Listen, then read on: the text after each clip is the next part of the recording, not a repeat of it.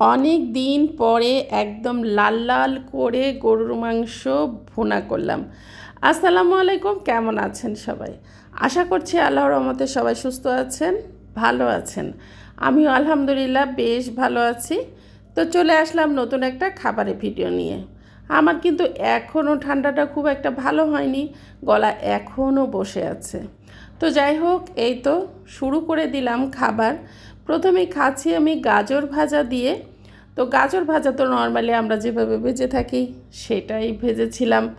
আর এই গাজর ভাজাটা মিষ্টি মিষ্টি লাগে, বেশ ভালো লাগে। মিষ্টি তরকারি বা ঝাল তরকারি সবটাই তো আমার কাছে পছন্দ। তো খেয়ে নিলাম গাজর ভাজা দিয়ে খুব মজা করে। এরপরে যেটা খাচ্ছি এটা তো একদমই অমৃত খাচ্ছি। বলেন তো কী খাচ্ছি?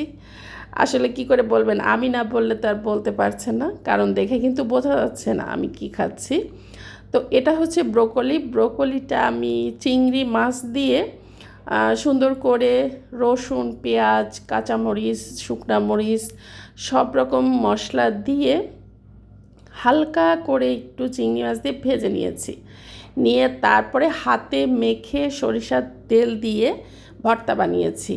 তো সত্যি ব্রোকলি ভর্তাটা যে এত মজা লাগে, খুবই ভালো লাগে আমার কাছে, যার জন্য আমি মাঝে মাঝেই কিন্তু করি।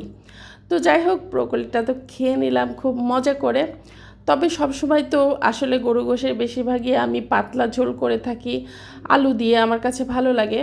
তো আজকে মনে হলো যে না, আসলে ঠান্ডা লাগার পর থেকেই তো ঝাল খেতে ভালো লাগে। তো সেই জন্যই চিন্তা করলাম যে একদম ঝাল ঝাল করে লাল লাল করে গরু মাংসটা ভাজা করব। তো আমি কিন্তু একবারেই পানি দিয়ে বসে দিয়েছিলাম, দুইবার পানি দিইনি, একবারই পানি দিয়েছি। যে পানিটা শুকিয়ে একদম মাখো মাখো হবে সেটাই খাবো, সেই মাংসটাই খেতে কিন্তু খুব বেশি ভালো লাগে। তো যাই হোক, এই যে, আর আমি সব সময় তো যে মাংসটা কিনি এই মাংসটার নাম বলে আসলে নলার মাংস। তো এই নলার মাংসটা কিন্তু খুবই নরম হয়ে থাকে আর ভিতরে রক রক টাইপের হয়, যার কারণে খেতে কিন্তু অসম্ভব ভালো লাগে। গ্রামে যে যে আছে না কদমা যেটাকে বলে, ওই কদমার মতো বা রসগোল্লার মতো হয় মাংসগুলি। তো যাই হোক, মাংসটা তো অসম্ভব মজার হয়েছে, সব কিছু পারফেক্ট হয়েছিল মশলা, যার কারণে খাচ্ছি তো খাচ্ছি, মানে মনে হচ্ছে যে শুধু খেয়েই যায়, এত মজা হয়েছে।